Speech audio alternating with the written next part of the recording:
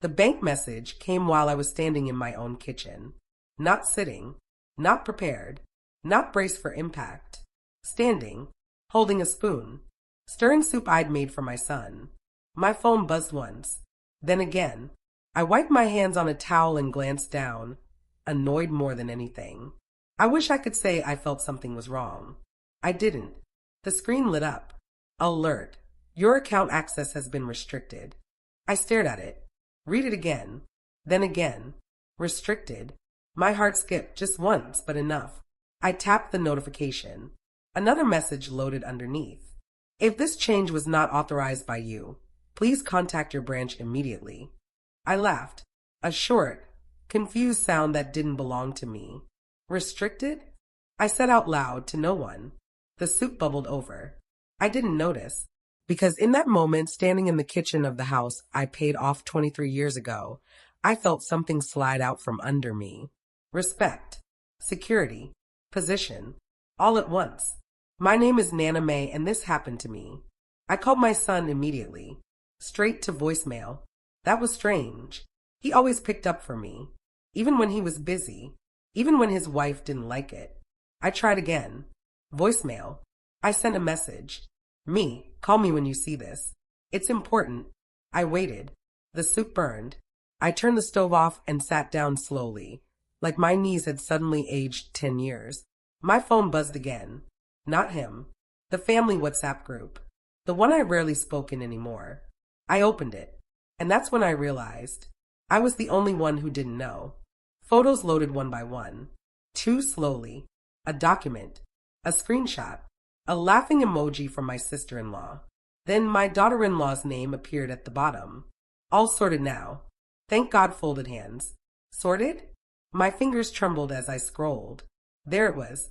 A photo of a paper. Slightly blurred. But I could still read the heading. Authorized account access update. My account. My signature. Except I hadn't signed anything. I whispered no. The room felt suddenly too quiet. Then a voice message appeared. From my son. 37 seconds long. I pressed play. His voice filled the kitchen. Careful. Controlled. Too calm. Mom, listen. Don't panic. We just made a small adjustment. It's temporary. We'll explain later. Please don't make this a big thing. Don't panic. Don't make this a big thing. I felt heat rise behind my eyes. I pressed record before I could stop myself. A small adjustment to what exactly? I said, because my bank says I've been locked out of my own account. There was a pause. Then 3 dots appeared. Then disappeared. Then nothing. That silence? That was my first humiliation. I stayed quiet to keep the peace. That's what I've always done. Even when his wife first moved into my house and rearranged my kitchen without asking. Even when holidays stopped including me unless childcare was needed. Even when I started hearing things last, from neighbors, from cousins, from strangers online. I thought you knew, they'd say. I never knew. And now here I was, locked out, like a stranger, like a risk. An hour later, my phone rang. My daughter-in-law. I answered. Hello. Her voice was soft. Too soft. Nana May, you saw the messages, didn't you? I saw something, I said carefully. But I didn't see my consent. A pause. Then a sigh. The kind people use when they think they're being patient. We did this for your own good. There it was. That sentence. The one that erases you politely. For my own good? I repeated. Yes, she said quickly. You've been forgetting things lately. I sat straighter. Forgetting what? Well, passwords. App updates. Remember when you asked me to help with the banking app last year? I remembered. I had asked her how to turn notifications back on. That was it. That doesn't give you the right. Nana, she interrupted gently, don't raise your voice. I wasn't. That hurt more than anything. Where's my son? I asked. He's busy right now. Busy. With my money. With my authority. With decisions about my life. I swallowed. I want to speak to him. Another pause. Then, we already talked about this. He didn't want to stress you. I laughed then. Not kindly. By locking me out of my account? She didn't answer. That was my second humiliation. I drove to the bank myself. I needed to see a face. To hear a voice that wasn't connected to my family. The teller was young, polite, professional. She typed for a long time, then stopped, looked at the screen, then at me. "I'm sorry," she said slowly, "but you're no longer the primary account holder." I blinked. What? There was a digital authorization submitted 2 days ago. 2 days. I'd been cooking, cleaning, waiting for my son to visit. And who authorized it? I asked. She hesitated, then turned the screen slightly.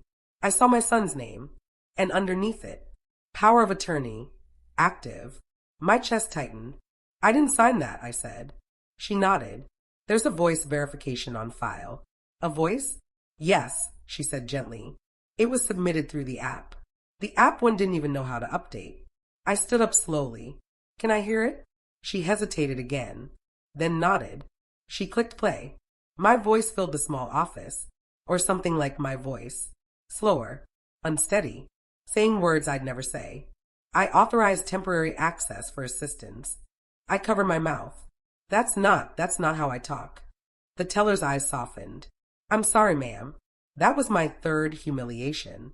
I drove home shaking. The house felt different when I walked in. Too quiet, too watched. I stood in the hallway and looked up at the corner near the ceiling. The camera, the smart doorbell system my son had installed for safety. It had stopped working months ago, or so they said. I remembered my son's voice. "It's offline, Mom. Don't worry about it." I believed him. Why wouldn't I? I forgot to tell him something. I'd had it fixed. Quietly. 2 weeks ago. I didn't want to bother anyone. I just wanted to feel safe. I looked up at the small blinking light. It blinked. Green. Working. My stomach dropped. That night I didn't sleep. I replayed everything. The messages. The pauses. The tone. I opened my phone. Scrolled to the app. My fingers hovered. I told myself not to. That maybe I wasn't ready. That maybe some things are better left unseen. But then I thought, after everything I sacrificed, I tapped the app. The footage loaded. I selected yesterday. I pressed play. At first, nothing. Then, my front door. Opening. My son. His wife. Her mother. All three walked in, laughing, relaxed, like the house belonged to them. I leaned closer, turned the volume up. My daughter-in-law said she won't notice right away. Her mother laughed. She never does. My son didn't laugh. He said nothing. He just nodded. And that's when I froze, because I realized this wasn't sudden. This wasn't protection. This was planned, and I was never supposed to know. The screen flickered. The sound cut for a second, then came back, and my daughter-in-law said the sentence that changed everything. "Once the papers are final, she won't be able to undo it." I whispered, "What papers?" The footage timestamp jumped to later that night, to the dining table. My dining table, covered in documents, property documents, consent forms, hospital papers, and my name, everywhere. That's when I understood. This wasn't about money. This was about erasing me. And I still didn't know the worst part. Not yet. I didn't close the app right away. I should have. Any sensible person would have. But I sat there in the dark living room, the glow of my phone lighting my hands, replaying the footage like it might change if I watched it enough times. It didn't. Every laugh was still there. Every casual step across my floor. Every word said, as if I were already gone. I muted the sound and watched their faces instead. My son looked tired. Not guilty. Tired. Like someone doing a chore he didn't want to talk about. That hurt more than anger would have. The next morning, my phone buzzed nonstop. Not apologies. Invitations. The family WhatsApp group was alive in a way it hadn't been for months. Sister-in-law. Brunch at my place today, smiling face with hearts. Cousin. So glad everything is finally sorted. Sorted. That word again. I typed. Deleted. Typed again. Me. What exactly is sorted? Silence. Then my niece replied. Niece, oh, I thought you knew. There it was. That sentence again. I stared at it, my thumb hovering. Knew what? I typed. 3 dots appeared. Then disappeared. Then my daughter-in-law sent a voice note. I hesitated. Then pressed play. Her voice was sweet, controlled, almost kind. Nana May, please don't do this in the group. We're just trying to help you transition peacefully. Transition, like I was moving houses, or lives, or dying quietly in the background. I'm not transitioning anywhere, I whispered to myself. I typed one word. Me, explain. That's when the humiliation went public. Screenshots began to appear. Documents I had never seen. Conversations I was never part of. Messages dated weeks back. My son's name. Her mother's name. Even my younger brother. All discussing me. My memory. My confusion. My future care. Someone wrote, "She's proud. She won't agree." Another replied, "She doesn't need to agree." My chest tightened. A final message appeared. From my son. "Son, Mom, please stop. You're embarrassing yourself. Embarrassing. For asking what was done to my life." I locked my phone and sat very still. This was the moment. The one people talk about later. The moment you realize your dignity is no longer protected by love. I went out that afternoon. I needed air. The neighbor across the street waved. "Congratulations," she said brightly. I stopped walking. "On what?" "Oh, your son told us that you're finally letting them take over. Must be such a relief." I felt the sidewalk tilt under my feet. "Take over what?" She laughed awkwardly. "The house stuff. Finances. Everything. He said you asked for help." I smiled. "Because that's what I've always done." "Oh," I said softly. "Did he?" That was my fourth humiliation. When I got home, my son was there, sitting at my table, with a laptop, paper stacked neatly beside him, like a meeting, like a decision had already been made. "Mom," he said, standing, "we need to talk." I stayed by the door. "We've been talking," I said, "just not with me." He sighed. "You're being dramatic." That word. Another one that shrinks you. "I saw the footage," I said. His face changed. Just for a second. "You fixed the camera?" "Yes." His wife appeared from the hallway, her eyes sharp. "You invaded our privacy." I laughed once. "Short. You planned my erasure in my living room." She crossed her arms. "We were protecting you." I walked closer, lowered my voice. "From what?" Silence. Then my son said quietly, "From making mistakes." I nodded, slowly, like trusting you. He looked away. That silence? That was my quiet sadness moment. They showed me the documents. Power of attorney, medical consent, property management, all temporary, all just in case, all activated. "You forged my voice," I said. "We used AI verification," his wife corrected. "It's legal. Legal." I thought of all the nights I stayed up sick with worry when he was a child. All the school meetings. All the money. All the silence I swallowed. When did I stop matching? I asked. No one answered. That evening, my sister called. She sounded nervous. "Why didn't you tell me?" she asked. "Tell you what?" "That you agreed to step back." I closed my eyes. I didn't agree. A pause. Then, "They said you were confused." Confused. That word again. I thought of the footage, of the documents, of the laughter. "They've been preparing everyone," I said slowly. "Without me." Another pause. Then my sister whispered, "There's something else." My heart dropped. "What?" "They asked me to be a witness. For later. In case things get complicated." Complicated. I sat down. "What things?" She hesitated, then said, "If you resist." That was the first real threat. That night, I checked the footage again. Scrolled back further. Days. Weeks. There it was. My son coaching my voice. "Just say it slowly, Mom." I felt sick. Another clip. My daughter-in-law saying, "Once the doctor signs, it's irreversible." Doctor? I froze. Hospital forms. Consent. I realized then, they weren't just taking control. They were building a case. And I was the problem they needed to solve. My phone buzzed. Unknown number. I answered. "This is Attorney Harris." My breath caught. "I've been retained to represent your family in future proceedings." "What proceedings?" I asked. A pause. Then, "Capacity review." That word echoed in my chest. Capacity. I looked up at the camera again. Still blinking green. Working. Recording. He continued, "You may want your own counsel." I swallowed. "Yes," I said quietly. "I think I will." When the call ended, I didn't cry. I didn't scream. I didn't call anyone. I opened the app, saved the footage, every file, every clip, backed it up, twice. That was my reversal. They thought I was quiet because I was weak, but I was quiet because I was watching. And now, I knew exactly what they were afraid of. As I turned off the light, one thought kept circling my mind.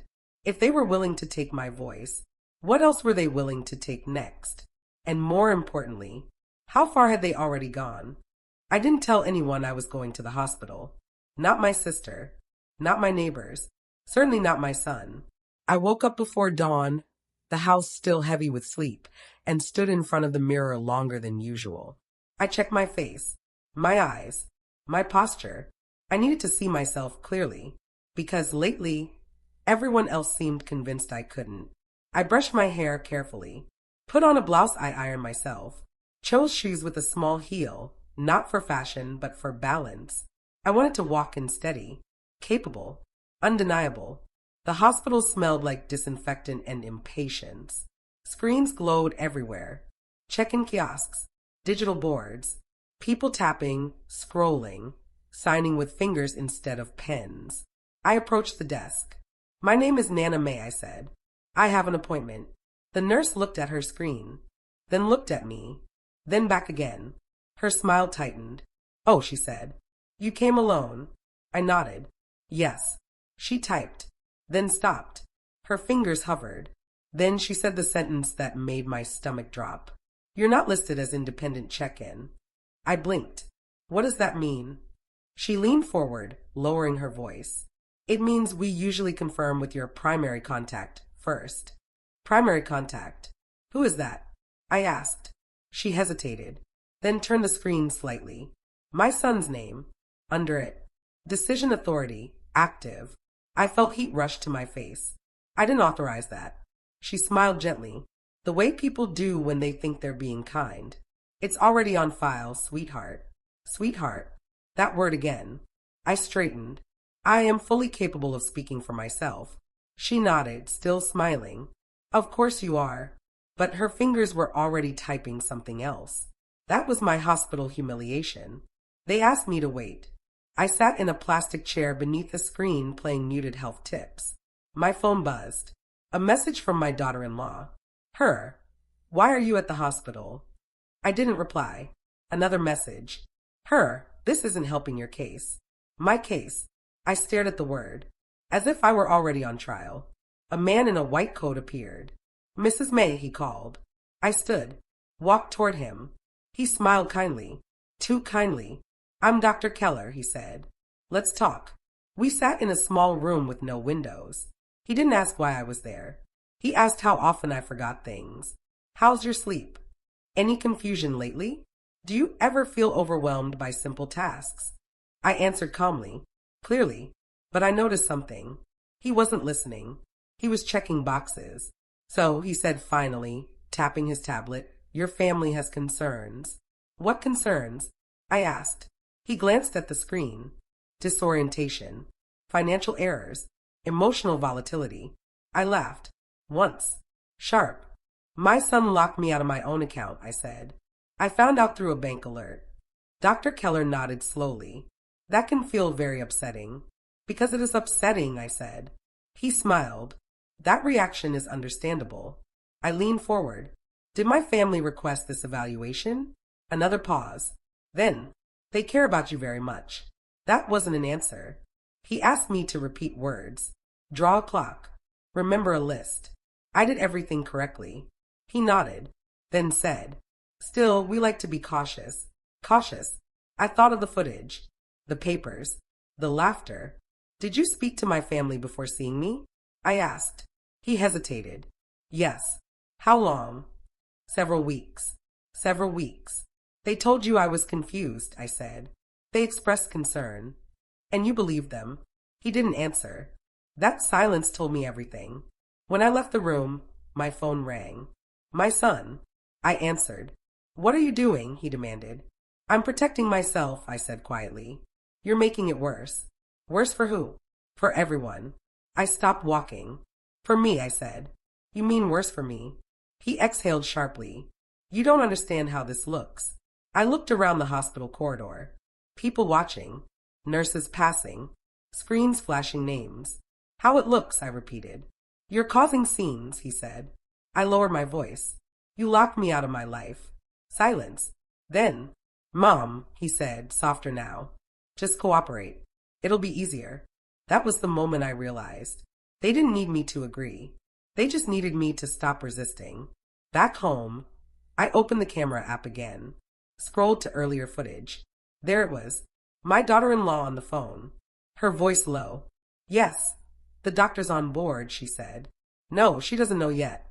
I closed my eyes. Another clip. Her mother. If she pushes back, we escalate.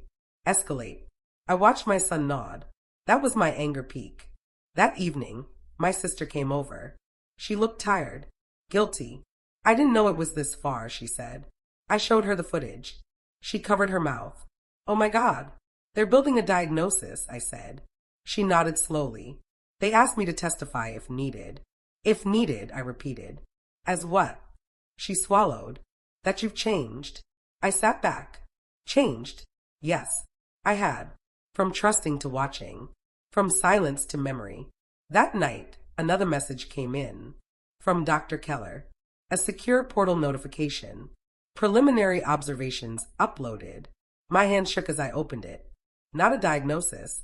Not yet. But words. Carefully chosen. Suggestive. Potential early cognitive decline. Family reported concerns. Further monitoring advised. Monitoring. I felt cold. They were laying groundwork. Brick by brick. I stared at the camera one last time before bed. Still blinking green. I whispered, You saved me. Because without it I would have sounded crazy. A confused old woman fighting her family. Instead, I had proof. And tomorrow, I was meeting a lawyer.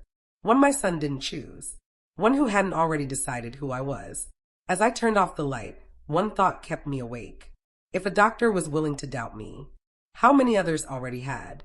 And what would happen when they tried to take something I couldn't get back? The lawyer's office was colder than the hospital. Not in temperature. In tone. Glass walls. Muted colors. Voices lowered like secrets lived there permanently. I arrived 10 minutes early. Sat straight. Hands folded in my lap, like I was waiting to be judged. When the receptionist finally called my name, she smiled politely, but not warmly. That was my first warning. Attorney Lila Moreno was younger than I expected. Sharp eyes. Calm posture. The kind of woman who didn't rush her words. She shook my hand firmly. Mrs. May, she said. Tell me everything. So I did. The bank. The footage. The hospital. The doctor. The words capacity review. She didn't interrupt. She took notes. When I finished, she leaned back. You did the right thing by coming now, she said. Now? I asked. Yes, she replied. Because they've already started. Started what? She opened her laptop, turned it toward me, and said, Estate planning. The document on the screen made my stomach drop. My name was at the top. My address. My date of birth. Then a heading in bold. Digital will executed. Executed. Like it was already done. I shook my head. I never made a will, I said. Lila nodded. I know. She scrolled. There's a digital signature on file. My throat tightened. Is it mine? No, she said calmly. But it's been verified. Verified? By who? How? I asked. She looked at me carefully. Voice authorization. Facial match. Behavioral confirmation. I laughed. A hollow sound. They train an app to sound like me, I said. She nodded again. And you have footage that supports that. My hands trembled. Why didn't anyone call me? I asked. They don't have to, she said. Not if you're listed as vulnerable. Vulnerable. That word again. She continued.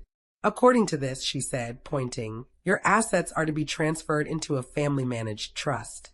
My house. My savings. Everything I worked for. Who controls it? I asked. She hesitated. Then, your son. And his wife. Yes. And me. I whispered. She looked up. You receive a monthly allowance. Allowance. Like a child. Like a guest in my own life. I felt something break quietly inside me. There's more, she said. Of course there was. She scrolled further. A clause highlighted. In the event of resistance, she read aloud, temporary guardianship may be enacted for safety and compliance. Guardianship. I sat back. That means, she finished gently, they could legally override your decisions. My chest tightened. How far can that go? I asked. She met my eyes. Medical, financial, residential, my house, my home, the walls that knew my footsteps. I closed my eyes. This wasn't a misunderstanding. This was a takeover. My phone buzzed. A message from my son. Son, where are you? I didn't answer. Another message. Son, we need to talk. Now. Lila noticed my face change. Don't reply, she said quietly. I want you to listen. She leaned forward. They've made one mistake. I looked up. What? They moved too fast. Hope flickered. Because of the footage? I asked. Yes, she said. And because you showed up today. She paused. They expected silence. That word again. Silence. I'd given it to them for years. She printed copies, highlighted sections, gave me instructions, what not to sign, who not to speak to alone, how to document every interaction. From now on, she said, everything is evidence. I nodded. I could do that. I'd been watching quietly for months already. When I stepped outside, my son was there, standing by his car, arms crossed, angry. Why are you involving lawyers? He snapped. I stopped a few feet away. Why are you involving wills? I asked. He froze, just for a moment. You weren't supposed to see that yet, he said. Yet. That word burned. So it's real, I said. He exhaled. Mom. Don't, I said softly. Don't call me Mom while you're stealing my life. People were watching. I didn't care. He lowered his voice. You're overreacting. There's a clause about guardianship, I said. He swallowed. That's just precaution. Precaution against what? I asked. He didn't answer. That silence was louder than shouting. His wife arrived moments later. She stepped between us like a shield. You're causing stress, she said. This isn't healthy for you. For me, I repeated. She leaned closer. You're proving our point. I laughed then. Real laughter. By walking into a lawyer's office? She stiffened. You're not well. I met her eyes. You didn't expect me to fight back, I said. Her jaw tightened. That was my power shift moment. That night, the family WhatsApp group exploded. Messages flying. Concerned tones. Performative care. Aunt, we just want what's best for Nana. Cousin, she seems confused lately.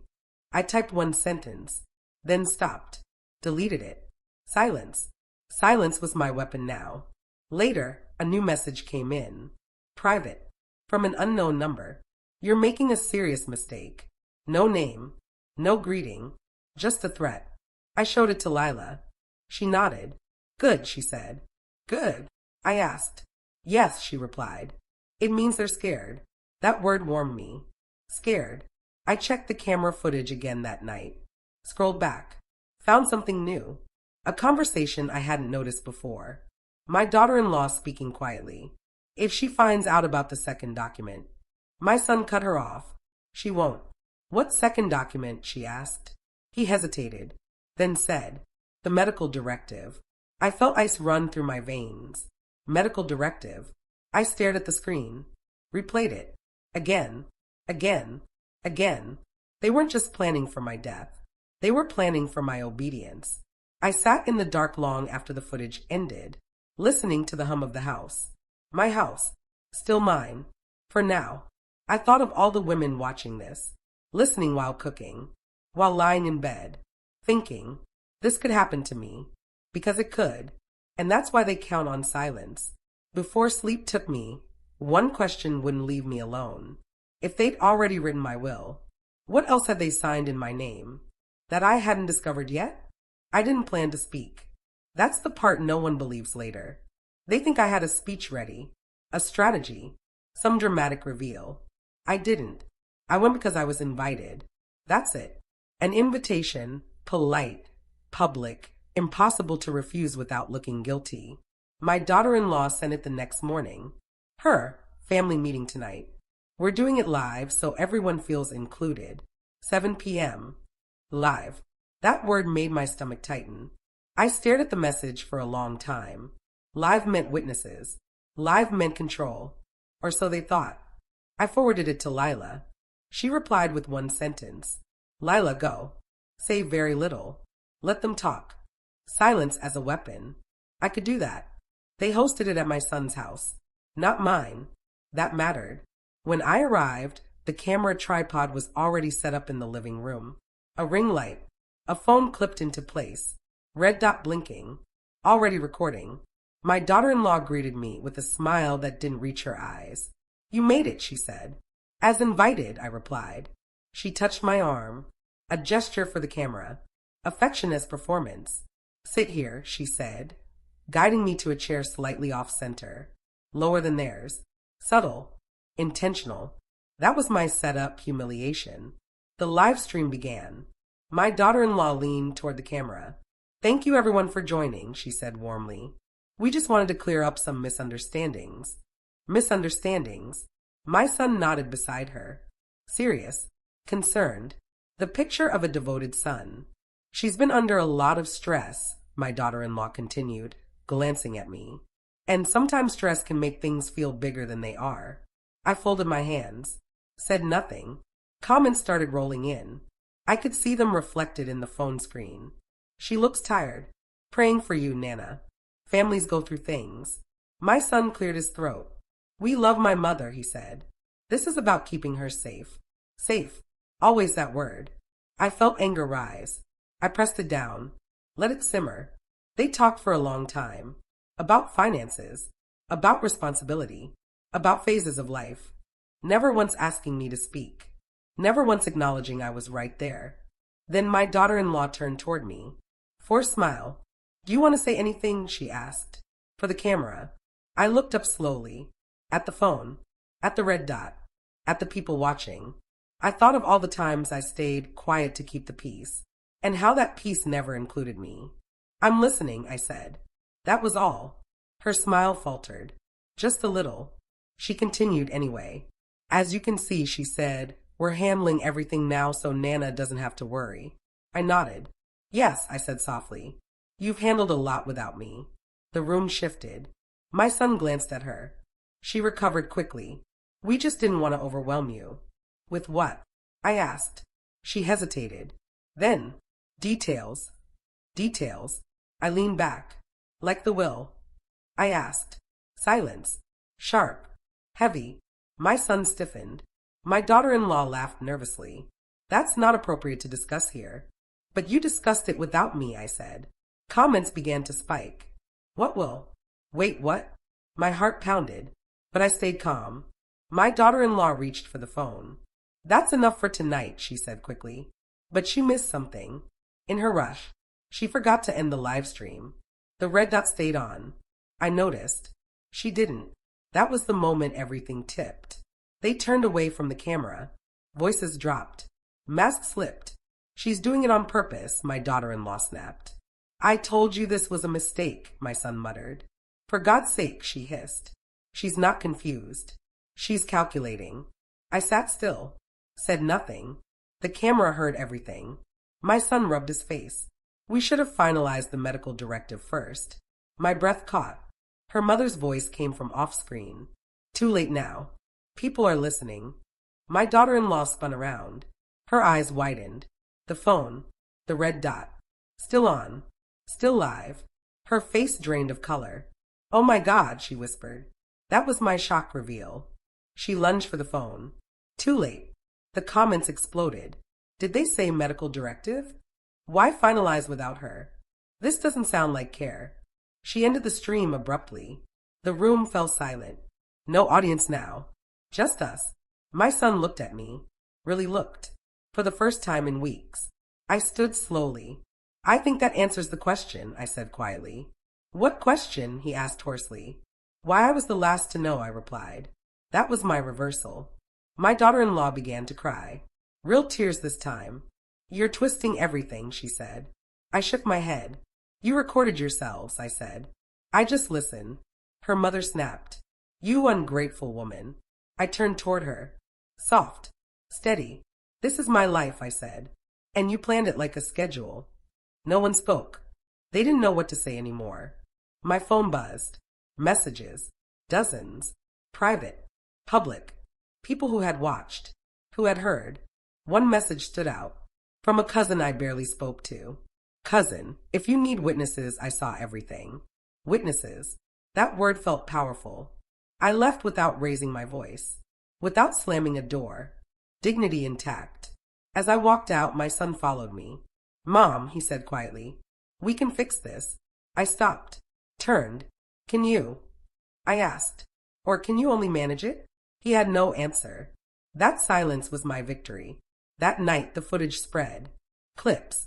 Reposts. Messages. Not viral, but enough. Enough to break the story they built. Enough to make them nervous. Lila called me. You did very well, she said. I didn't do anything, I replied. You stayed, she said. That's harder. Before bed, I checked the camera again. Habit now. I noticed something new. A folder. Recently accessed. Not by me. Time-stamped an hour ago. Someone had logged in remotely. Someone I didn't authorize. I zoomed in. Username. Not my son. Not my daughter-in-law. A name I didn't recognize. And underneath it, legal access, third party. My stomach dropped. Because if a third party was involved, this was bigger than family. And whatever was coming next was already in motion. The message didn't wake me. The silence did. That strange, hollow quiet that settles in a house right before something bad arrives. I opened my eyes and stared at the ceiling, my heart already racing for reasons I couldn't name. Then my phone vibrated. Once. Short. Urgent. I reached for it with stiff fingers. 2:17 a.m. Unknown sender. Official tone. Too formal for the hour. Notice. Emergency application filed. Review immediately. My mouth went dry. Emergency. Filed by whom? I tapped the message. A PDF opened slowly, like it didn't want to be seen. At the top, County Family Court, temporary orders. My name appeared beneath it. Respondent, not petitioner. Respondent. I whispered, no. I scrolled. Emergency injunction requested temporary guardianship, pending review. I sat straight up in bed. My heart slammed so hard it hurt. They hadn't waited. They hadn't slowed down. They had escalated. I called Lila immediately. Voicemail. I tried again. Nothing. I sent a message. Me, court notice. Emergency guardianship. Please call. I stared at the screen, waiting for the dots. They didn't appear. My phone buzzed again. This time email. From the court system. Automated. Cold. Hearing scheduled. 9 a.m. 6 hours. That's all I had. 6 hours before strangers would decide if I could control my own life. I walked through the house in the dark. Barefoot. Touching walls. Furniture. Proof I was real. Capable. Still here. I stopped under the camera. Looked up. Blinking green. Record everything, I whispered. I didn't cry. That surprised me. Fear sat in my chest, heavy and solid, but tears didn't come. Instead, something else did. Clarity. They were afraid. And afraid people move fast. Sloppy fast. At 3:04 a.m., Lila called back. Her voice was sharp now. Alert. They filed it, she said. Yes, I replied. And they did it at night. Deliberately, she said. Judges are more likely to grant temporary orders without full hearings. So what does this mean? I asked. She didn't soften it. It means they're trying to take control before you can stop them. I closed my eyes. Can they? She paused. Not if we get ahead of it. How? You have evidence, she said. And something else. What? You have witnesses now. The live stream. The messages. The cracks. They underestimated how many people saw, she added. I exhaled slowly. For now, she continued, do not leave the house. Why? Because once a temporary guardianship is granted, she said carefully, they can legally decide where you stay. My stomach dropped. Stay where? She didn't answer right away. Then, Anywhere they deem appropriate. Anywhere. Facilities. Rooms with locks. Places where cameras don't blink green for you. At 4:30 a.m., my son texted. Just one line. Son, please don't fight this. I stared at it for a long time. Then typed. Deleted. Typed again. Me. You taught me to stand up for myself. I didn't send it. Silence was still my weapon. By sunrise, the house felt watched. Not by the camera. By the world outside. Cars passing slower. A neighbor pausing too long at the mailbox. I didn't know if it was real or fear sharpening my senses. Either way, I locked the door. At 7:12 a.m., another message arrived. Not from court. Not from family. From a number saved automatically as case liaison. We're here to help transition smoothly. Transition. That word again. I replied. Me, who are you? The response came instantly. Assigned third-party care coordinator. Third party. The name I'd seen in the camera logs. My hand shook. Me, I didn't authorize this. Them. Authorization is pending confirmation. Pending. Not denied. Not rejected. Pending. At 8 a.m., Lila arrived at my house. She didn't knock. She used the code I gave her. Good. Fast. Prepared. She brought papers. A tablet. A calm that steadied me just by being near. They requested immediate access to you, she said. Who did? I asked. The coordinator, she replied. And a private medical assessor. My chest tightened. They want to evaluate me? Yes, she said. Before the hearing. That feels illegal. It's aggressive, she corrected. And strategic. She looked me in the eye. They want you rattled. I nodded. I'm not, I said. It wasn't entirely true. But I wasn't broken either. The court hearing was virtual. Faces in boxes. A judge who looked tired. Impatient. My son appeared on screen. Beside him, his wife. And next to her, a man I didn't recognize. Gray suit. Neutral expression. The third party. My judge began. This is an emergency application regarding capacity and guardianship. I straightened. Lila spoke first. Your Honor, she said, this application was filed in bad faith, based on manipulated evidence and without proper notice. The judge sighed. Let's hear from the petitioner. My son cleared his throat. Your Honor, he said, I'm just trying to protect my mother. I watched him, really watched him. He didn't look at me. Not once. They played clips, edited, short, out of context, moments of frustration, of raised voice, of silence framed as confusion. Then, they referenced a doctor, Dr. Keller. My jaw tightened. Dr. Keller has expressed concerns, the coordinator said smoothly. Lila leaned forward. And Dr. Keller has not diagnosed my client with anything. The judge raised an eyebrow. Is that correct? Yes, Lila said. And we have video evidence that contradicts the petitioner's narrative. She requested permission. The judge nodded reluctantly. Briefly, the footage played. Not edited. Clear. Voices. Laughter. Planning. The words medical directive spoken casually. The live stream moment. The silence after. The judge leaned closer. The coordinator shifted. My daughter-in-law looked panicked. That was my power moment. The judge paused the video. This is concerning, he said slowly. The coordinator spoke quickly. Families say things casually. The judge raised a hand. I wasn't speaking to you. Silence. He turned to my son. Why was this not disclosed? My son stammered. I didn't think. Exactly, the judge said. He looked back at me. Mrs. May, do you understand these proceedings? Yes, I said clearly. Better than they hoped. A flicker of something crossed his face. Respect. After a long pause, the judge spoke. Temporary guardianship is denied. My breath caught. Additionally, he continued, I am ordering an independent review. Independent, not theirs. And, he added, no third-party access is to be initiated without court approval. The coordinator's jaw tightened. Denied. Just like that. The call ended. The screen went dark. I sat back, hands shaking now. Relief crashed over me in waves.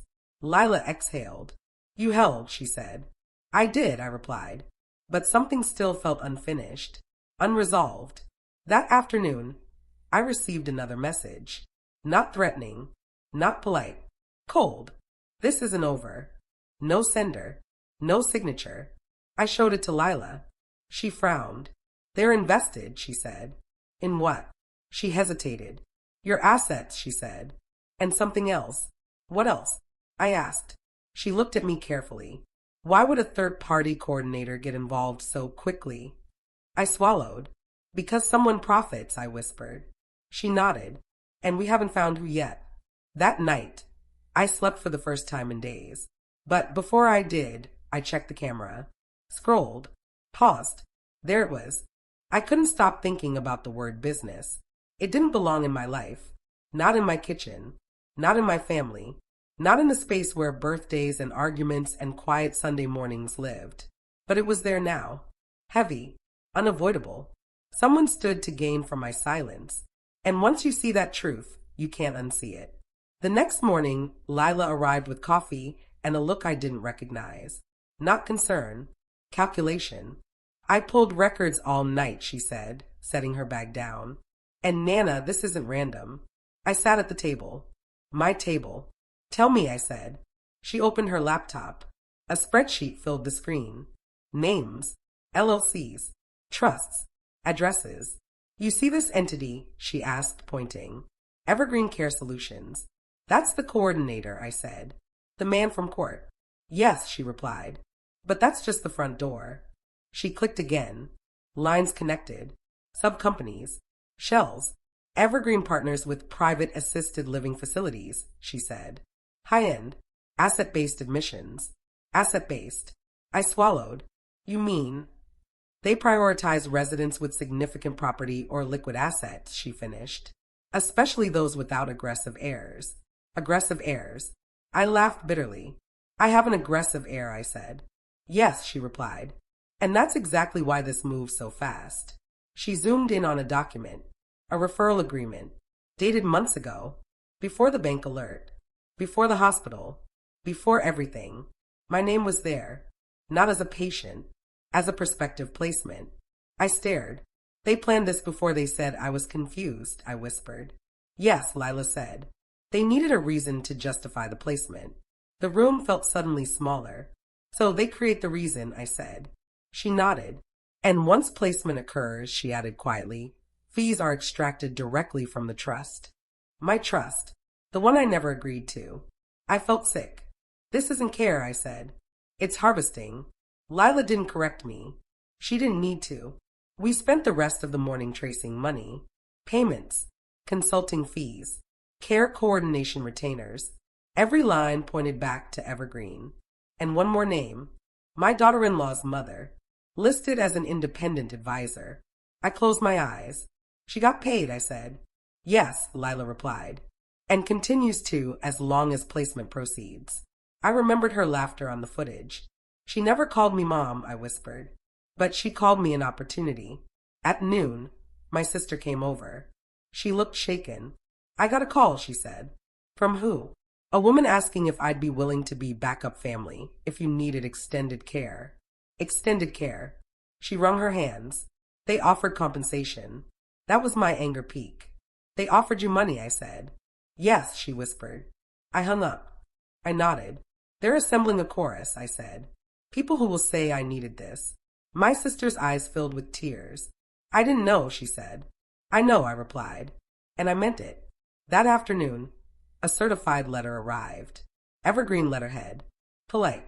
Professional. Threatening without saying so. We remain available to support a smooth transition should circumstances require. Circumstances.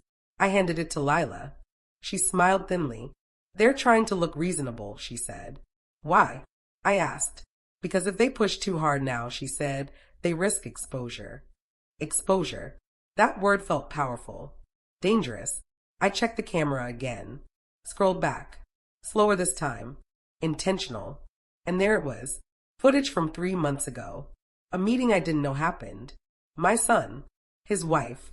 The coordinator. My daughter-in-law's mother. Sitting in my living room. My house.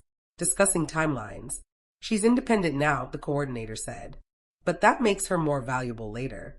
Valuable. I pressed pause. My breath caught. More valuable when? I whispered. I played it again. My daughter-in-law replied. Once she's isolated. Isolation. That word echoed in my chest. I thought of all the small things. Invitations stopping. Calls delayed. Information withheld. This wasn't sudden. It was gradual. Carefully paced. I hadn't been pushed. I'd been eased. That evening, my son called. I answered.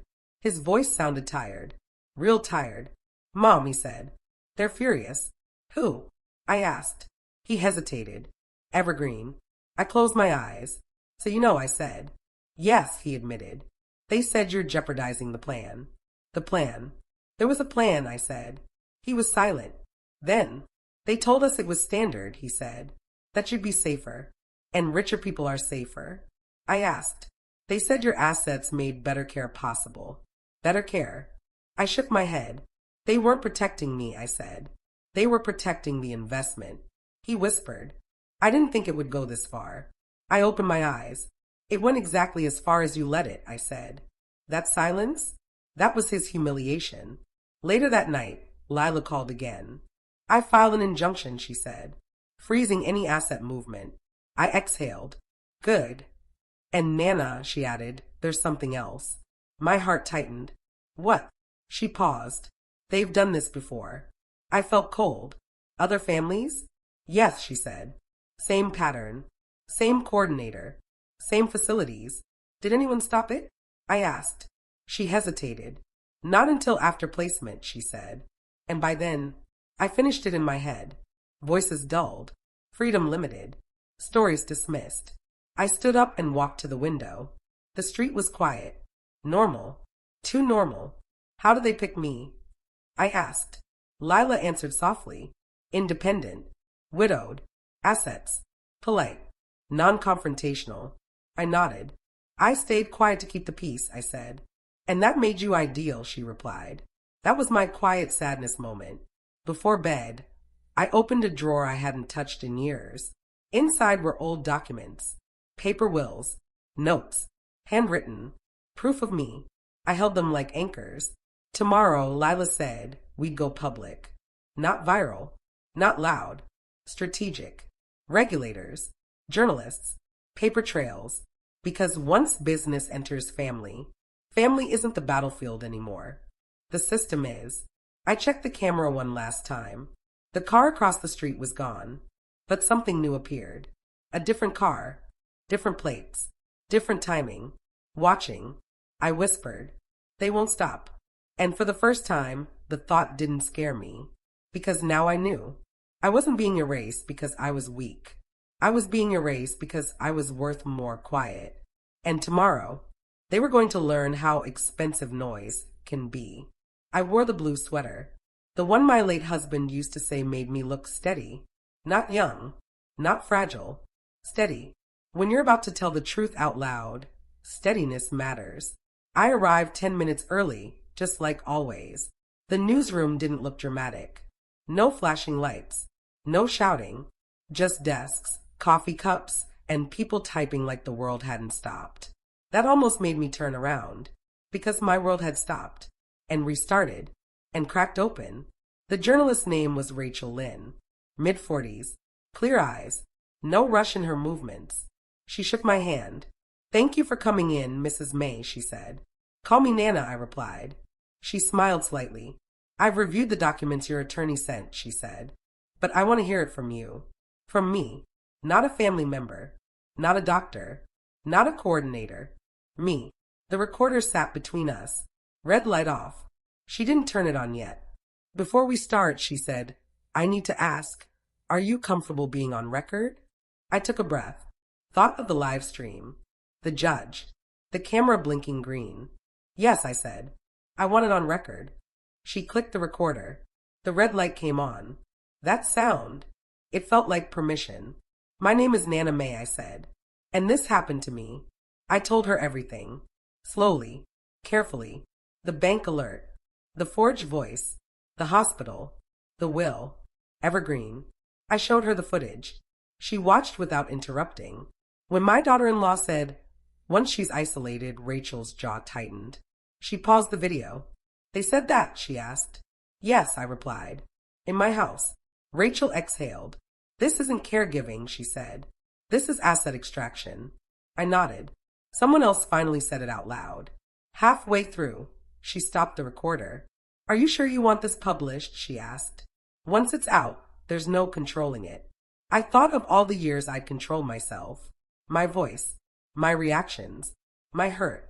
Yes, I said. I'm done protecting people who didn't protect me. She turned the recorder back on. While we talked, something strange happened. I stopped shaking. My voice stayed even. Clear. As if my body understood. This was what it had been waiting for. When we finished, Rachel leaned back. This is bigger than your family, she said. I know, I replied. We're already looking into Evergreen, she continued. You're not the first case. My heart tightened. How many? I asked. She didn't give a number. Enough, she said. When I left the newsroom, my phone buzzed. Unknown number. I didn't answer. Another buzz. Voicemail. I listened. A man's voice. Polite. Tight. Mrs. May. This is legal counsel representing Evergreen Care Solutions.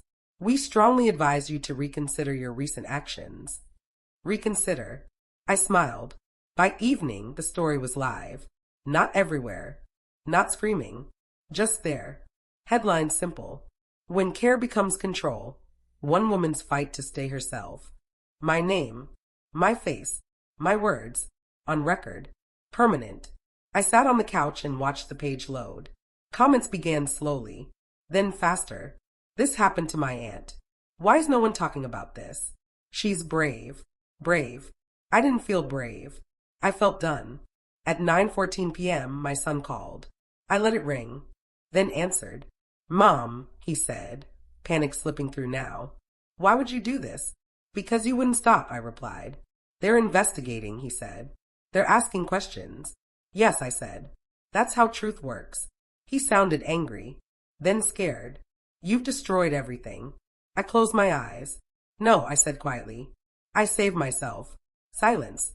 Then, they're telling us to distance ourselves from you, he said. I felt a sting. They always plan to, I replied. That was my sadness moment. The next day, regulators called. Adult Protective Services, licensing boards, financial oversight. Not for me. For them. Rachel kept her word. She followed the money. Other journalists joined. Not loudly. Methodically. Evergreen released a statement. Polished. Empty. We deny any wrongdoing and prioritize client well-being. Client. I laughed. I was never their client. I was their inventory. 3 days later, a letter arrived. Evergreen letterhead again. Different tone. Apologetic. Concerned. They were pausing operations pending review. Pausing. That word tasted sweet. Lila called. They're unraveling, she said. People are coming forward. How many? I asked. She hesitated. Enough to scare them. Good. That night, I checked the camera again. No cars. No watchers. Just darkness. And quiet. Real quiet this time. But peace didn't last. At 11:38 p.m., my phone buzzed. Message from my daughter-in-law. Long. Unfiltered. Her, you didn't have to ruin us. You could have let us handle it quietly. Quietly. There it was again. I replied. Me. Quiet nearly killed me. She didn't respond. A week later, the court issued another notice. Not against me. For me. Formal dismissal of any guardianship attempts. Permanent. With commentary. Evidence suggests coordinated misrepresentation. I read that line 3 times. Coordinated. Misrepresentation. Truth has a language. And once it's written, it doesn't disappear. But the biggest moment came unexpectedly. A woman knocked on my door. Late 50s. Tired eyes. She introduced herself softly. My mother was placed in Evergreen last year, she said. She stopped calling. My chest tightened. She passed 3 months later, the woman continued. And we never understood why she changed so fast. I let her in. We sat at my table. I showed her the footage. She cried. So did I. That was my final anger peak. Not loud. Focused. When she left, I sat alone for a long time. I thought of all the women who never got their footage, never got a red light, never got to speak on record. I thought of how close I came. That night I wrote something, not for the internet, for myself. I am not difficult. I am not confused. I am not a burden. I folded the paper and placed it in my drawer, with the old documents, proof of me. Before bed, I checked the camera one last time. Just habit. I noticed something. A delivery earlier that day. A courier. An envelope. I zoomed in. Recognized the logo. A law firm. Not Lila's. Different. High-end. The timestamp said it arrived while I was out. I walked to the front table. The envelope was still there, unopened. My name printed cleanly. Inside was one sentence typed. No signature. Just, we need to talk before this goes further. I sat down slowly, because that meant one thing. Someone higher up was nervous, and whatever secret they were protecting was bigger than Evergreen. The envelope sat on my dining table all night. I didn't open it. I slept beside it. Not because I was afraid of what it said, but because I already knew what it meant. When people with power say we need to talk, they're not asking. They're negotiating damage. Morning came quietly. Too quietly. I made tea. Didn't drink it. Just watched the steam curl upward, disappear. I kept thinking about the timing. How everything had accelerated once I got sick. How quickly help turned into paperwork. How decisions were made for me, never with me. I opened the envelope. Inside was a business card. Heavy stock. Embossed letters. Underneath, handwritten. This concerns your late husband's estate. My breath caught. My husband had been gone 8 years. 8. Why now? I called Lila. Immediately. She listened in silence while I read the card aloud. Then she said something that made my stomach drop. Nana, did your husband ever mention a secondary trust? No, I replied. We had one will. Clean. Simple. She paused. Then we may have a problem. We met at her office an hour later. She already had files open. Old ones. Archived. She turned her screen toward me. Nana, she said carefully, your husband's estate was divided into 2 instruments. I stared. That's not possible. He didn't hide it from you, she said quickly. But the second trust wasn't activated until a triggering event. What event? I asked. She didn't answer right away. She scrolled, highlighted a line. Read it aloud. In the event that the primary beneficiary is deemed medically or cognitively compromised. I felt cold. That language was added 4 months before his death, she continued. And Nana, you weren't present when it was signed. The room tilted. Who was? I whispered. She looked at me. Your son. I didn't cry. I didn't shout. I felt something worse. Recognition. That hollow click when pieces finally lock into place. He told me he was helping his father with errands, I said slowly. Bank visits. Notary appointments. Lila nodded. Your husband was very ill at the time, she said. Legally competent, but vulnerable. Vulnerable. The word followed me lately. The trust structure was sophisticated. Too sophisticated. Assets rerouted. Property shielded. Management rights transferred. To whom? Lila clicked again. My daughter-in-law's name appeared. Not as owner. As trust liaison. My hands curled into fists. She wasn't even family yet, I said. That didn't matter, Lila replied. Legally, she was recommended oversight. Recommended by whom? The answer burned without being spoken. They planned this, I said. Lila didn't deny it. This wasn't a reaction to your illness, she said. It was a contingency plan. A backup future. One where I slowly disappeared. On my way home, my phone rang. Unknown number again. This time I answered. Nana May, a man said smoothly. My name is Edward Hartwell. The name on the card. I represent your family's legacy interests, he continued. And I think it's time we spoke candidly. I pulled over. Then speak, I said. He exhaled. Measured. We believe recent events may have escalated unnecessarily. There it is, I replied. That word again. Silence. Then, you were never meant to feel excluded, he said. This structure was designed to protect the estate. From whom? I asked. He paused. From uncertainty. I laughed. A short, bitter sound. You mean from me, I said. He didn't deny it. Your husband loved you, he said. But he worried. I closed my eyes. About what? I asked. That as you aged, decisions might become difficult. Difficult. Not incapable. Not unfit. Just inconvenient. And evergreen. I asked suddenly. The line went quiet. Then, they were one of several partners considered, he said. Considered. I felt the anger rise now. Sharp.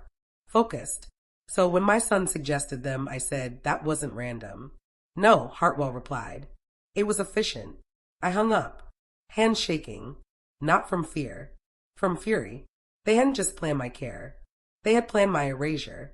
Years ago. That evening, my son showed up unannounced. He looked tired.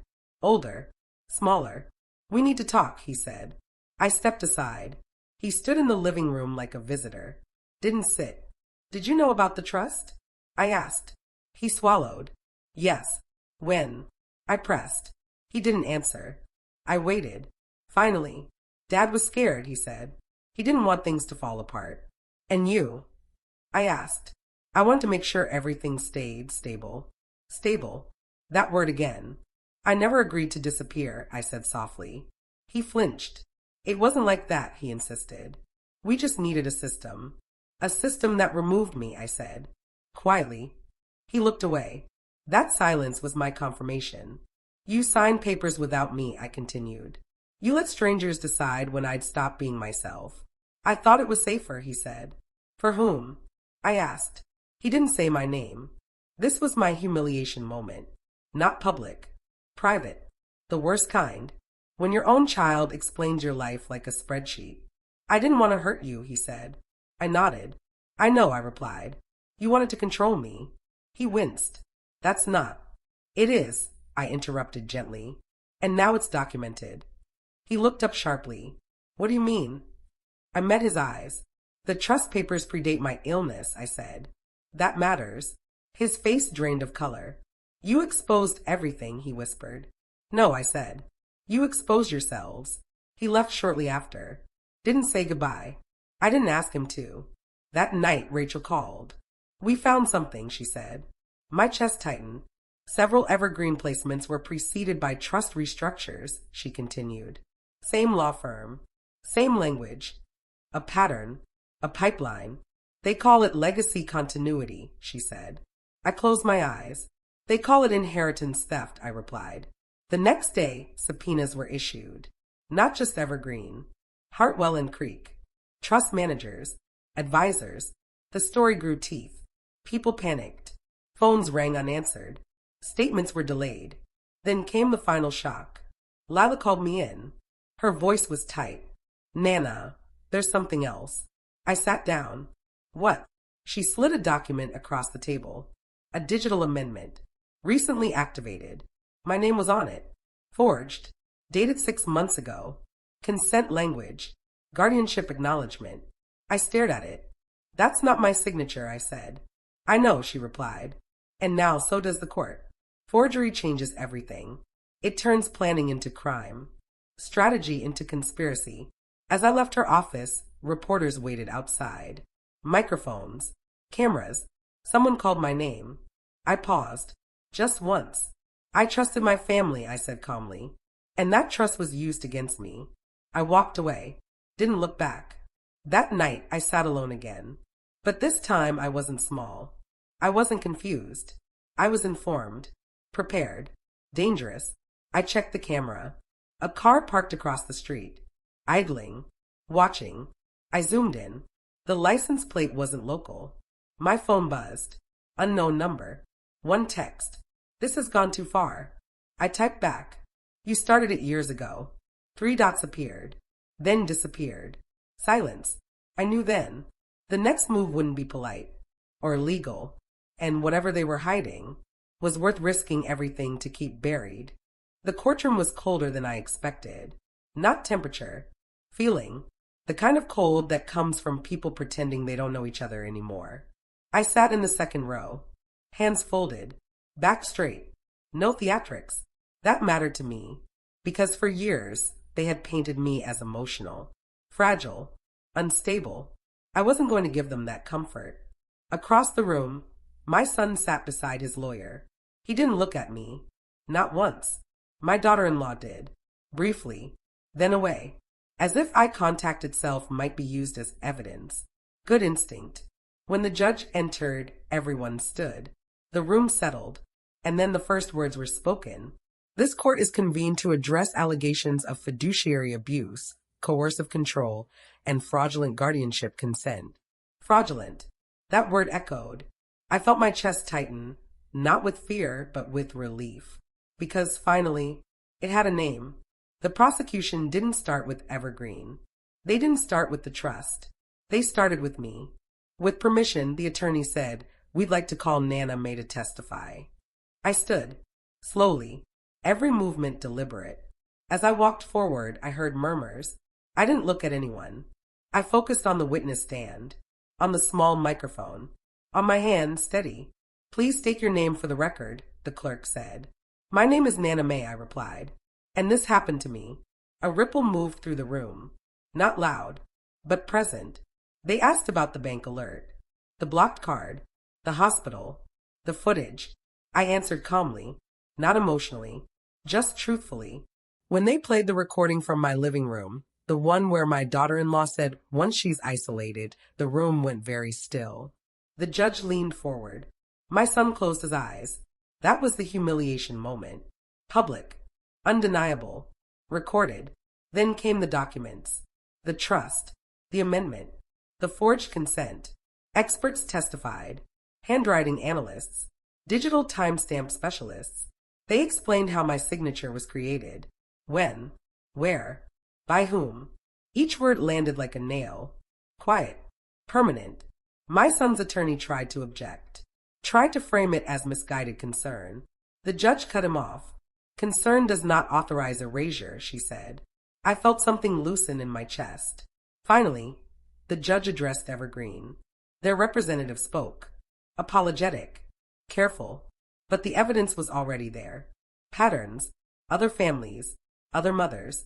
Other quiet disappearances. Evergreen's license was suspended indefinitely. That was the first conflict resolved. Publicly. Completely. Then the judge turned to the trust. "This court finds that the secondary trust was activated under false pretenses," she said, "and that its execution involved coercion, misrepresentation, and fraud." She paused. "In plain terms, it is void." Void. Just like that. Years of planning. Gone. But the room wasn't finished with me yet. One last witness remained. An older man stood. Silver hair. Calm posture. The senior partner from Hartwell and Creek. He cleared his throat. "With the court's permission," he said, "I'd like to address Mrs. May directly." The judge nodded. He turned to me. "Mrs. May," he said, "there is something you were never told." My heart began to pound. Not fast. Heavy. He opened a folder. Removed a single document. Yellowed at the edges. Older than everything else. "This is your husband's original legacy letter," he said. "Written 2 weeks before his death." I stared. "I was instructed to keep it sealed," he continued. "To be released only if the trust was challenged." My breath caught. He read aloud. "If Nana is hearing this, it means someone decided she needed protection from herself. That was never my intention." The room disappeared. All I could hear was his voice. I trusted our son to help me with logistics. I did not give him permission to decide her worth. My hands trembled. If anyone uses my name to silence her, they are acting against my wishes. I swallowed hard. Nana has always been the strongest person in this family. If she is standing alone now, listen to her. Silence followed. Not empty. Full. The lawyer lowered the paper. The judge removed her glasses. My son stared at the floor. That was the biggest secret. The one they never expected to surface. The one that broke their justification. The judge spoke. "This court formally restores all assets, authority, and decision-making rights to Nana May." A gavel struck. Final. But the hearing wasn't over. The judge looked at me. "Mrs. May," she said gently, "would you like to make a statement?" I stood again. This time my legs shook. Just a little. "I love my husband," I began. "And I love my son." My son looked up. Hope flickered. But love does not mean silence, I continued. And family does not mean ownership. My voice steadied. I forgive fear, I said. But I do not forgive planning my disappearance. That was the line. The one that landed hardest. I sat down. The hearing ended. People filed out. Reporters waited. Microphones ready. I said only one thing. Ask your mothers if they feel heard. Then I went home.